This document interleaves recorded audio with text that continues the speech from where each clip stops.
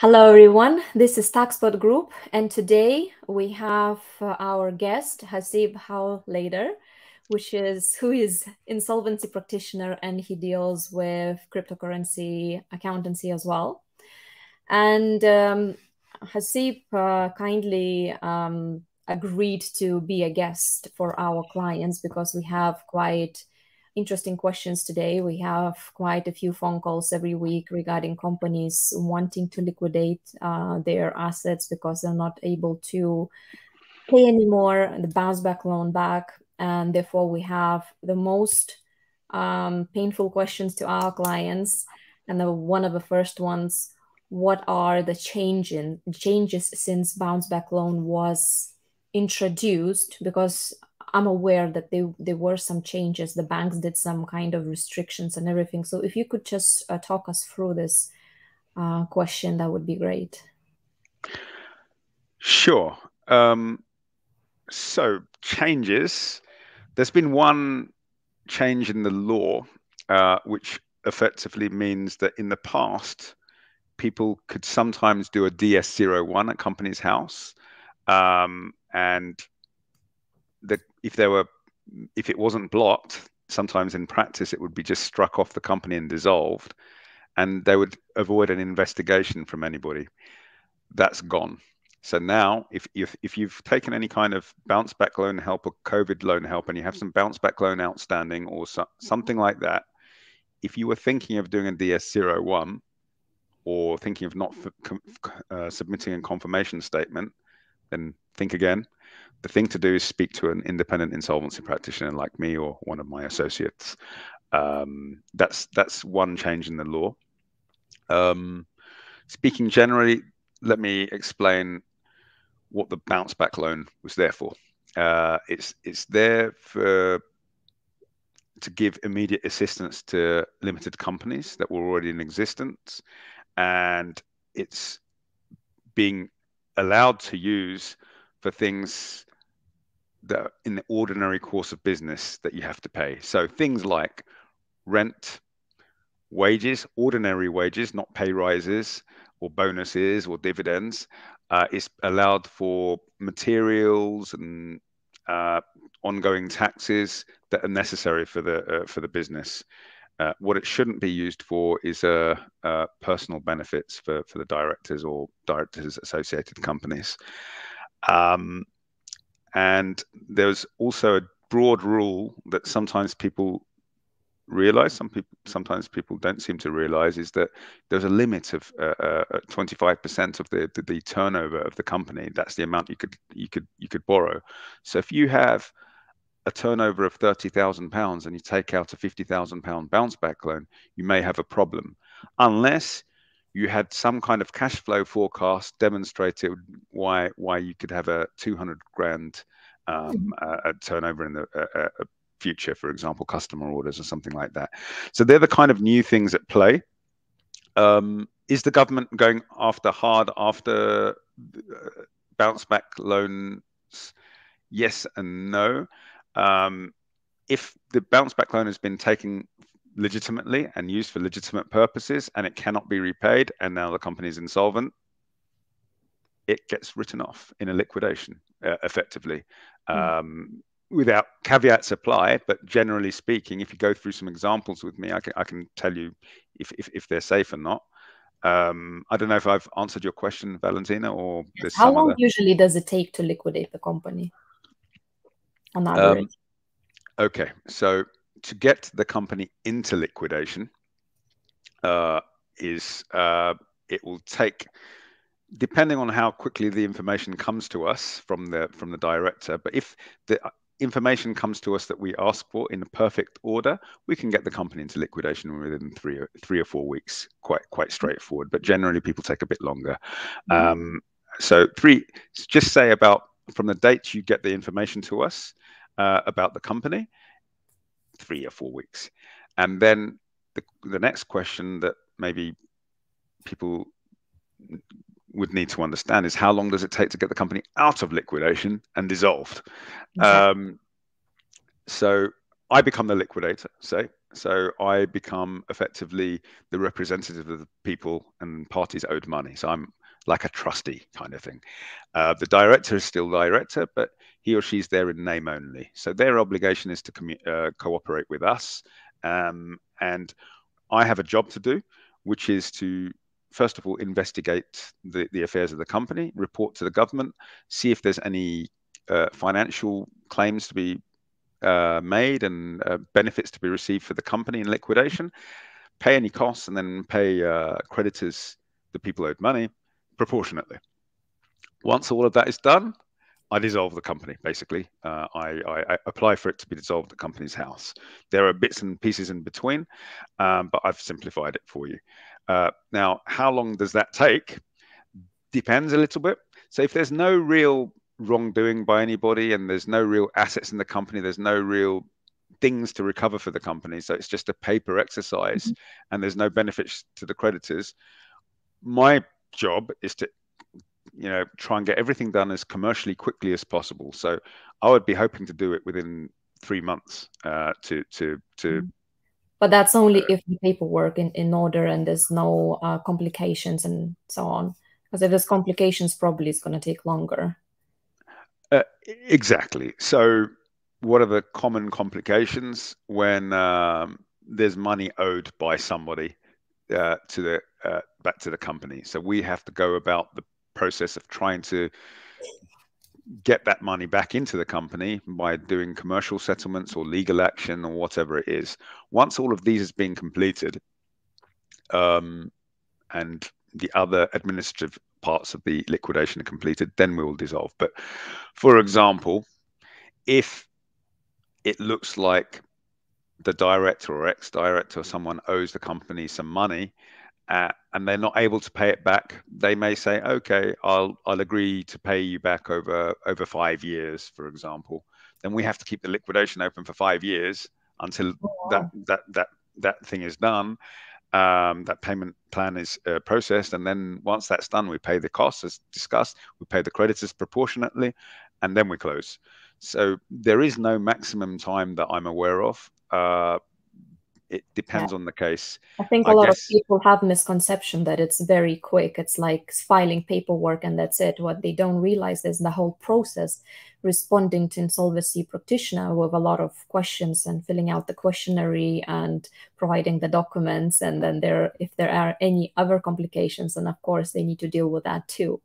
It's not really straightforward because it takes a lot of time and effort to actually liquidate the company. Yeah, there's a lot of work on our side for sure. On the director's side, it does look scary when we ask you for lots and lots of information. It's just the law and the way it is.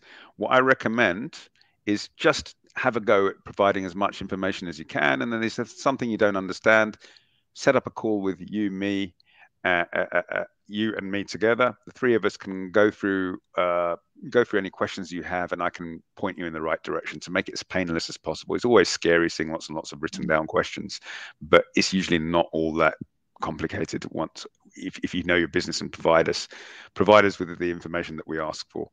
Yeah. Is there guarantee that bounce back loan will be written off and they won't need to pay it back? Is there some kind of clause in the law, in regulation, saying that in certain circumstances, director would have to cover it from the personal assets? Okay, good question. The bounce back loan is not personally guaranteed by the director. So as long as, one, the director doesn't owe the company back any money, and two, the bounce back loan was taken legitimately, and three, the money was spent legitimately, then the bounce back loan will effectively disappear from the director's point of view on liquidation. It will, he or she doesn't need to pay personally. Now, if that, just saying a ridiculous example, but if the £50,000 bounce back loan was taken with the zero turnover, the director took £50,000 into his or her own personal bank account, and then did a liquidation, then the answer is not going to be the same. They will need to pay at least some of that back, depending on their ability to pay it, of course. So I've given you two very extreme examples, but the importance of the second example isn't that they exactly have to pay the bounce back loan back. It's that they have to pay monies they took out of the company back. So the bounce back loan in both cases is kind of written off. Yeah, I don't want to say written off, but it's compromised in liquidation. The important thing in the second example is that they have to pay the money they took out of the company back. Does that make sense? Yes. So just to give it a real example, company had £300,000 turnover, was doing okay, was affected by COVID, took out a £50,000 bounce back loan, has some other debts, 20k of VAT, 30k of landlord debt, 50k of suppliers debts, does only have 5k left in the bank account, which they used to pay for the liquidation. The director only ever paid himself a reasonable salary, him or herself, a reasonable salary of, I don't know, £1,500 a month, didn't take any dividends, didn't take any other extra drawings or loans. I can pretty much tell you that so long as there's nothing missing from that story, all of those debts will disappear in a liquidation, because that's what a liquidation is here for. Does that make sense? Does it make any difference if a company has only one debt, which is bounce back loan, and they owe money to nobody else? Does that work for liquidation, or that, I mean, is that a trouble? No, there's so long as there's a reasonable explanation for it. It could well be that they use the bounce back loan to cover their ongoing taxes and suppliers that they needed to survive, and then after a while they realize that this company is no longer viable. So they haven't committed a crime. To have one creditor. Yeah, there's no law against just having one creditor. Okay.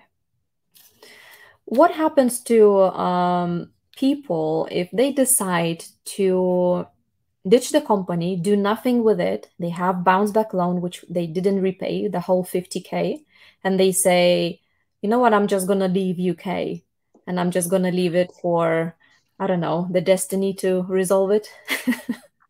Right. So they don't even put it into liquidation or anything?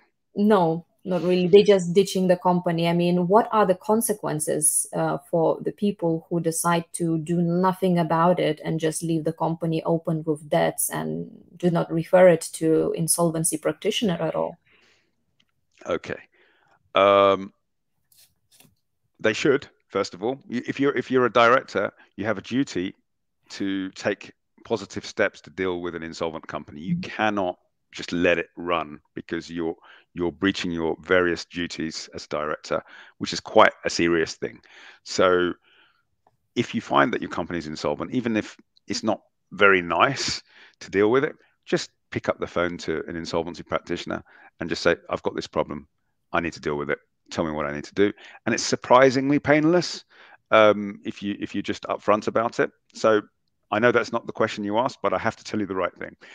The question you've asked is, what if they don't do any of that and they leave for their country, wherever it is? Basically, what are the consequences for them? Yeah. They will fall foul of the insolvency service, for one thing, possibly HMRC, possible criminal sanctions. It's beyond my level of expertise to guess how the government is going to deal with these things, because it's still ongoing. All I can say for sure is it's a very bad idea when you can deal with it in a legitimate way and still fulfill your ambitions of going to wherever it is you need to go to. I guess I'm saying is I don't know. I don't know, but is there a possibility that they'll be arrested at the airport if they ever come back? Yes. I wouldn't rule it out. Is there a possibility that the UK deals with their country because insolvency regimes talk to each other and they're deemed to cooperate with each other? Yes. Well, theoretically, yes. If the numbers are deemed commercial, if it's serious enough, the government is very serious about punishing wrongdoing. So and they want,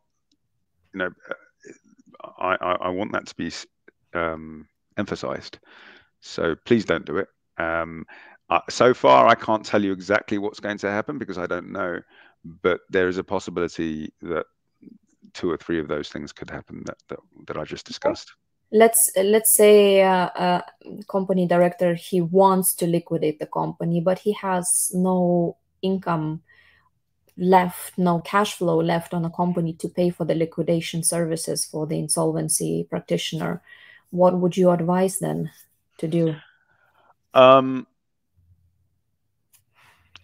Where you're not having a voluntary liquidation, you can go for a compulsory liquidation, which is a process that's going through the courts and the official receiver. There's 2 ways of doing it. You can petition to liquidate the company through the courts yourself, which has a cost, which is detailed on the .gov website, or, and I don't recommend this, you allow a creditor such as HMRC to petition to liquidate your company through the courts because you just simply don't have the funds to pay them. Yeah, generally not something I recommend. Allow someone to liquidate your company through the courts. But I guess if you've got no money to spend, you've got no money to spend. Can they pay through the personal bank account? Oh, sorry. I didn't. I assumed you meant they didn't have the money personally to pay as well. Yes, they can. The director can pay personally for the liquidation of the company, and even an associate of the director can pay. But we would have to then do anti-money laundering checks against that associate as well as the director. So it might just be easier that person pays the director, and then the director can pay personally. Are there any risks or implications for company director for the liquidation? If he is going into his company going into liquidation, are there any consequences personally for director? Does he have, does he get a record somewhere about he did liquidate the company? Okay. Will they have their personal credit rating hurt by doing a liquidation? No, at least not most of the time, because it's nothing to do with their personal record. There's exceptions applying with things like personal guarantees and if the liquidator takes action against them later on, but basically no, it doesn't affect their personal credit rating or anything like that. Will somebody be able to know that this director has once placed the company into liquidation? Yes. You just have to search for that person's name on Companies House. You will see that they've been a director of X company. Click onto that company, and it will show that the company has gone into insolvent liquidation. Alternatively, they could search on something called the Gazette, same kind of thing. So it's public information, but people have to look in practice. It's not something that's automatically going to be. But my question is more forwarded, is the company director somehow responsible with his personal assets or anything? If he owes money to the company, he needs to give it back. But otherwise, any other consequences people should know about? Okay. So remember that clean example I told you where the person took the loan and spent it for legitimate reasons. The company went into liquidation. Yeah. So in that particular case, what further consequences does that person have? You said he, so I'm going to stick with he. So what does what situation does he face? He has no personal liability because he hasn't really done anything wrong. He hasn't taken too much money out of the company or anything like that. So it won't touch his personal financial side of it at all. And there'll be no personal credit change. There'll be no personal liability, no nothing. And because in this example, he's done nothing wrong, there'll be no problem with disqualification so long as, he's kept adequate company records, submitted accounts on time and all of that, and has fulfilled the normal reasonable duties of a director. So there's no problem with disqualification in that example. There's no problem with personal liability in that example. Yes, if someone wants to search his name on Companies House and finds that he was once director of an insolvent company, will there be any other consequence of any kind? Depends on the sector, but sometimes on insurance applications, if you're opening up a new company, they might ask in business insurance applications, have you ever been a director of a company that went into insolvent liquidation? That's the only one I can think of off the top of my head that will have some kind of impact, but that's nothing big deal. If you it's not going to stop them opening up a company. It's not going to stop them opening up a new bank account, company bank account, or personal bank account. This whole process is there to allow entrepreneurship. You know, that's the reason limited companies exist, so that if things go wrong, you have an effective mechanism for dealing with it, so long as it's not misused. Okay, thank you very much. I am out of the questions today. I just wanted to encourage you, if you want to say something, like give a personal message to our clients who are listening to you and are going to be watching. If you want to say anything, then it's the right time to do now. Okay. If you're worried about some kind of financial aspects of your company, if you're just even worried, just give us a call, and I'll talk you through it.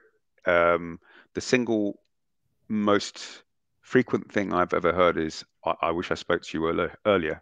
I feel better now, because quite often the problem is much bigger in your head than it is in reality. And even if it is a big problem, it can be dealt with if you address it.